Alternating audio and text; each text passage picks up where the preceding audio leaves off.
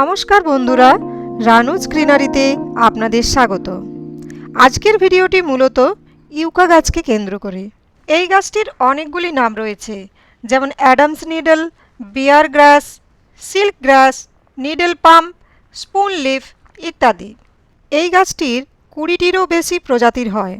আমার কাছে এই প্রজাতিটি আছে। এই গাছটির অতি অল্প যত্নের প্রয়োজন হয়। এটি আমি মূলত আউটডোরে রেখেছি, তবে খুব চড়া রোদে এই গাছটি না রাখাই ভালো। আমি বছরে দুবার এর মাটি পরিবর্তন করি, একবার সেপ্টেম্বরে আর একবার ফেব্রুয়ারির লাস্টের দিকে।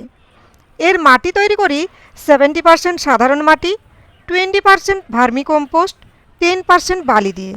আর সারা বছর আমি সেরকম কিছু খাবার দিই না, শুধু 2-3 দিন ছাড়া ছাড়া জল দিই। এই গাছের শুধু ড্রেনেজ সিস্টেমটা খুব ভালো হওয়া প্রয়োজন আছে। যাদের গাছের কেয়ার করার একদম সময় নেই, তারা বাগানে অবশ্যই এই গাছটি রাখতে পারেন। আমার এই গাছটির বয়স 2 বৎসর। গাছের গোড়ার দিকে যে উঁচু অংশগুলি দেখতে পাওয়া যাচ্ছে, ওখান থেকে ছোট চারাগাছ বের হয়। সেগুলি তুলে নিয়ে গিয়ে অন্য জায়গায় প্রতিস্থাপন করলেই নতুন গাছ তৈরি হয়ে যাবে। এই গাছের সৌন্দর্য আমাকে এতই মুগ্ধ করে যে আমার গাছের সংখ্যা বেড়েই চলেছে।